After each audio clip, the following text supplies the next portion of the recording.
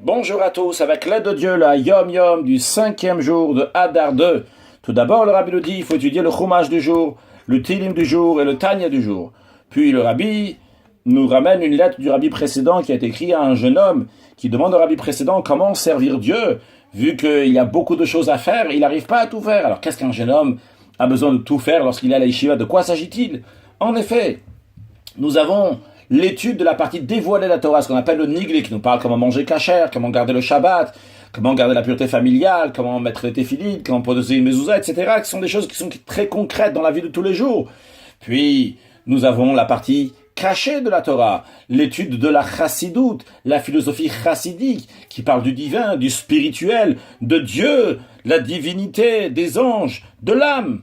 Puis, nous avons le service de Dieu concrètement, faire les mitzvot de Dieu, ce qu'on appelle le avodat Hashem, le service de Dieu, et de manière plus particulière, ce qui est inclus dans avodat, dans le service de Dieu, c'est le service de Dieu avec le cœur, c'est-à-dire la prière, s'attacher à Dieu à travers la prière. Alors ce jeune homme demande au rabbi précédent comment il va dispatcher son temps pour réussir à tout faire. Eh bien, le rabbi précédent lui dit qu'il faut tout faire. L'étude de la partie dévoilée de la Torah, l'étude de la chassidoute, et le service de Dieu concrètement, tous sont nécessaires. Et non seulement qu'il est impossible de dire que l'un va repousser l'autre, ou que l'un va être repoussé devant l'autre, mais au contraire, ils aident l'un à l'autre, ils enrichissent l'un à l'autre. La preuve, il est dit, Velo amaharetz chassid, que l'ignorant n'est pas un chassid. Un ignorant, c'est quelqu'un qui ne connaît pas la partie dévoilée de la Torah, il ne peut pas être chassid. Donc on voit ici qu'il faut étudier la partie dévoilée de la Torah. Mais c'est qui ce chassid?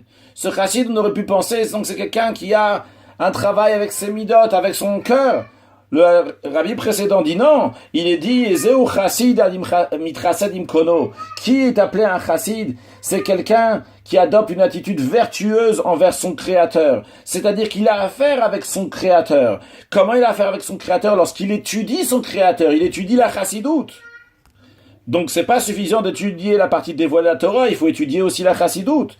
Et tout ça, le but de cette étude-là, aussi bien l'étude de la partie dévoilée de la Torah et la partie cachée de la Torah, c'est le service de Dieu concrètement. Alors il faut se mettre au travail pour étudier la partie dévoilée de la Torah, la partie cachée de la Torah, servir Dieu et amener Mashiach now, un excellent Yom.